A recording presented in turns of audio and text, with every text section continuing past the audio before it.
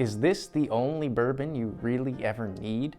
Today we're doing a review of Wild Turkey Rare Breed. Hey everybody, welcome back to another episode of the Bourbon Hutch. Thanks so much for joining me on this journey through the world of whiskey. So that's right, today we're doing a long overdue review of Wild Turkey Rare Breed. This is a bottle that I love. As you can tell, it's getting pretty low. I realized I hadn't done a review on it yet. Just put it up in a blind actually in a different video, so I'll link that to here. But basically, realized I hadn't done a review, it was getting low, and I was like, man, I gotta highlight this bottle. So what are we looking at here from Wild Turkey? It is the typical Wild Turkey mash bill, so 75% corn, 13% rye, I think, and 12% malted barley.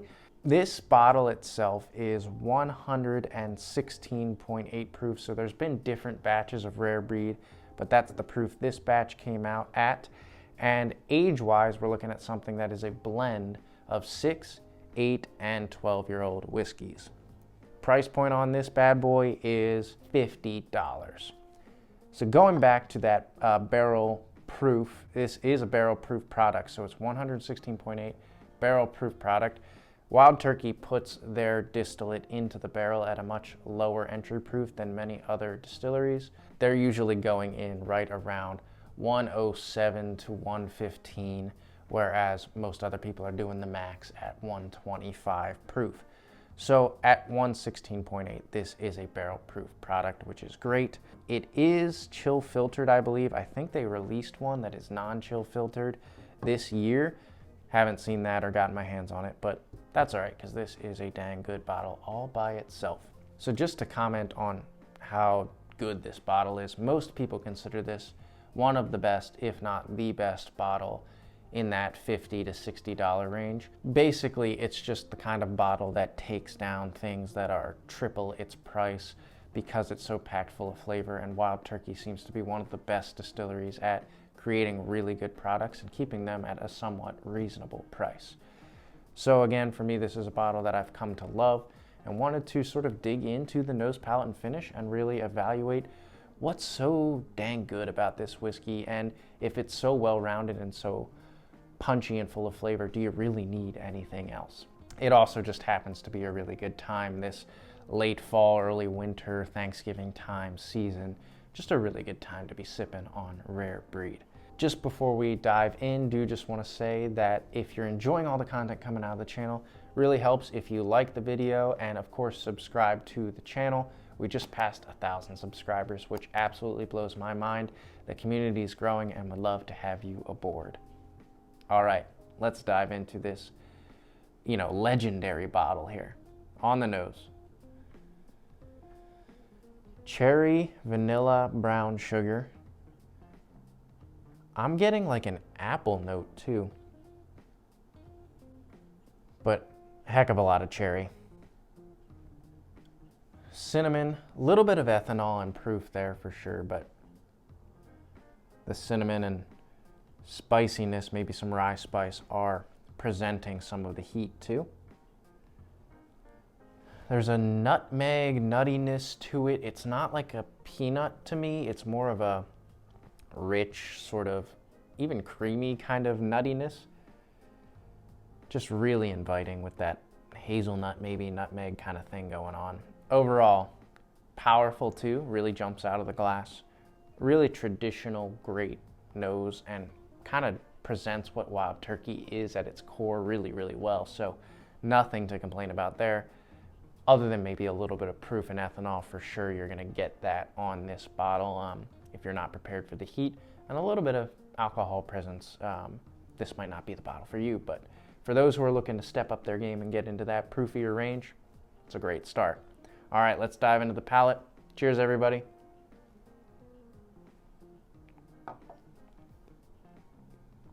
Yeah, man. Okay. Forgot how good that is. Just layers of flavor. Like, started out with a cherry vanilla sweetness, rolls itself out with a good presence of oak and barrel spice for me, some cinnamon, and a boatload of brown sugar right in the center of it. And then as it develops, I'm actually getting a lot of chocolate now and cherry coming back. So like a chocolate covered cherry, almost a Tootsie Roll like chocolate coming through for me with some brown sugar sticking around. So it really just sort of layers out its presence and its flavors and kind of presents something as it unfolds. Really, really good. Almost nothing to complain about there. Just the right amount of proof to bring a lot of flavor. As I brought that up to my mouth, I also got sort of a whiff of that oakiness, so a little bit more of that coming through on the nose now. The only thing I have to complain about is just a little bit of ethanol on the nose. That'll open up especially, but everything else is just really flavorful. Let's go back in for a second sip now and see if we can pick out some more of those layers and flavors. Cheers.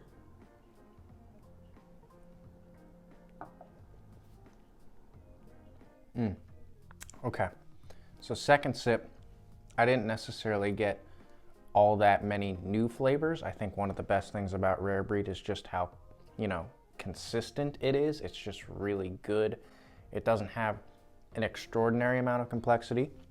I will note though that I got a little bit more of a nuttiness on the back end there. So now it's like a chocolate covered cherry covered in nuts in that back end / finish for me. I do want to say that that sip for me, right in the middle, was a little bit more aggressive. Like there was a more abrasive alcohol presence there for me in the middle of that sip. It did smooth out and roll out into that chocolate and nut and cherry, but do want to just caution that there's a heat and an intensity and aggressiveness to this one, especially in the mid palate for me, that isn't going to be for everyone and isn't for necessarily people who have never had anything above 100 proof or whatever. But for those of us who really like higher proof whiskey and want to experiment with that and explore that, there is almost nothing better than Rare Breed to show you how much that extra oomph, that extra punch can really add to the flavor profile. All right, so I've been really harping on that finish and how good the flavors are. Let's just dive in and evaluate that and see how long that lasts. Cheers.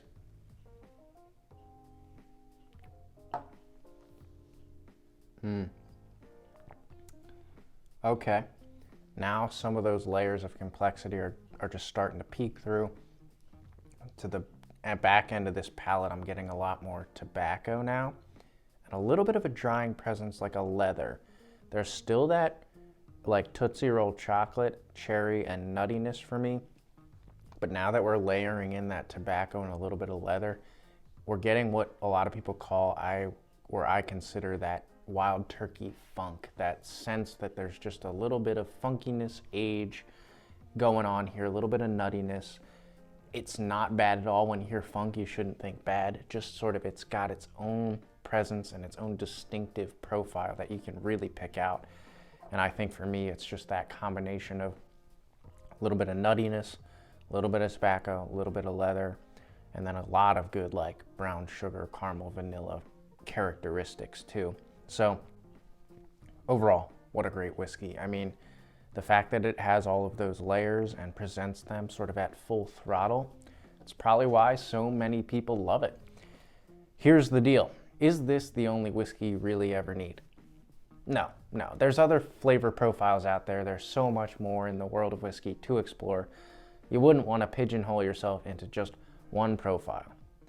That being said, if I came over to your house and the only bottle you had on your shelves was Wild Turkey Rare Breed, I wouldn't be disappointed. I think you'd made a great choice and I would be happy to sip on it with you. So it is a great standalone bottle. It speaks for itself and it just has so many good flavors and a great profile. For 50 bucks, it's really hard to beat. I will caution you, it's strong. There is an ethanol presence for me. It's aggressive. Some sips, for me, that was that second sip that really got extra aggressive, so you're gonna feel that a little bit, but overall, basically one of the best bottles out there, best bargains, and thank you, Wild Turkey, for continuing to create some really nice bottles and hopefully continuing to keep the price pretty good for all of us whiskey connoisseurs out here. Again, great bottle, always worth the buy if you see it. Sometimes this is a little bit harder to find. There was a glass shortage that had it leave shelves for quite a while in 2022, so might be a good idea to stock up, always have a backup of this because man, is it good. Speaking of backups and stocking up, I gotta go out and get another bottle of this because this is almost gone, and it probably will be gone pretty soon here. Hope you guys are enjoying your fall, and until I see you guys again for another video, all I can say is keep drinking good whiskey and cheers.